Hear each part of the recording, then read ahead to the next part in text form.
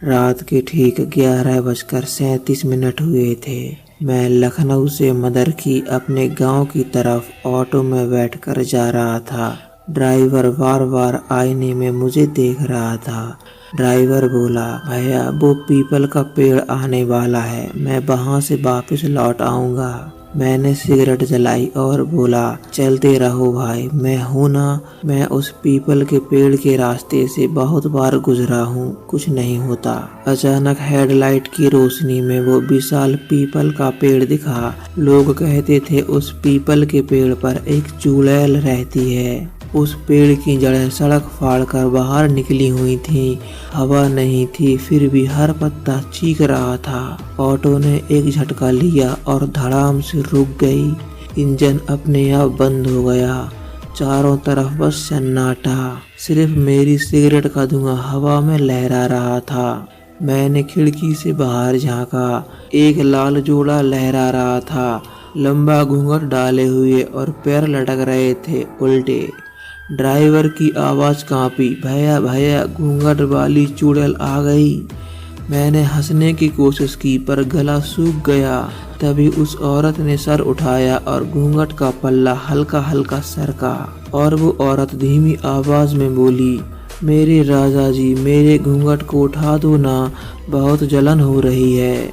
हवा एकदम बर्फ हो गई। ऑटो का दरवाजा अंदर से लॉक था, फिर भी अपने आप खुल गया। मेरे पैर खुद ब खुद आगे बढ़ने लगे। मैं रोकना चाहता था पर मेरा शरीर नहीं रुक रहा था। अब मेरा शरीर मेरे बस में नहीं था। वो औरत पेड़ के नीचे से उतरने लगी, हवा में तैरती हुई। हर कदम के साथ उसका लाल जोड़ा फैलता जा रहा था, जैसे खून की लहर दौड़ रही हो। वो औरत मेरे सामने आकर रुक गई।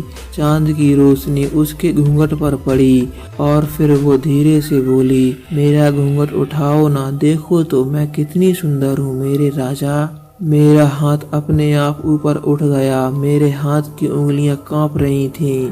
मैंने घूंघट का कोना पकड़ा और धीरे धीरे घूंघट को ऊपर किया। पहले उसके बाल दिखे, लंबे, काले और गीले। फिर माथा दिखा, पूरा काला और जला हुआ।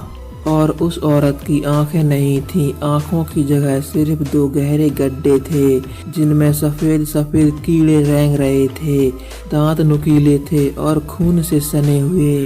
वो पिचासनी धीरे धीरे हंसी और उसकी हंसी के साथ मेरी आंखें जलने लगीं और मैंने अपना चेहरा छुआ। उंगलियों पर मेरे ही चेहरे की त्वचा पिघली हुई चिपकी हुई आई और मेरी चीख गले में ही दब गई और मैं वहीं बेहोश हो गया। अगली सुबह गांव वाले आए तो ऑटो पेड़ के नीचे खड़ा था। ड्राइवर सीट पर बेहोश था और मेरी जगह एक लाल जोड़ा पहने औरत बैठी थी और लोगों ने घूंघट को उठाया तो वहाँ मेरा चेहरा था, जलकर कोयला बना हुआ। मेरी आंखें खाली और काली हो चुकी थीं। अब रात को कोई भी जब उस पीपल के पेड़ के पास से गुजरता है तो लाल जोड़ा लहराता है और अब दो आवाजें गूंजती हैं, मेरा घूंघट उठाओ ना, मेरा घूंघट उठाओ ना, मेरा घूंघट उठाओ ना।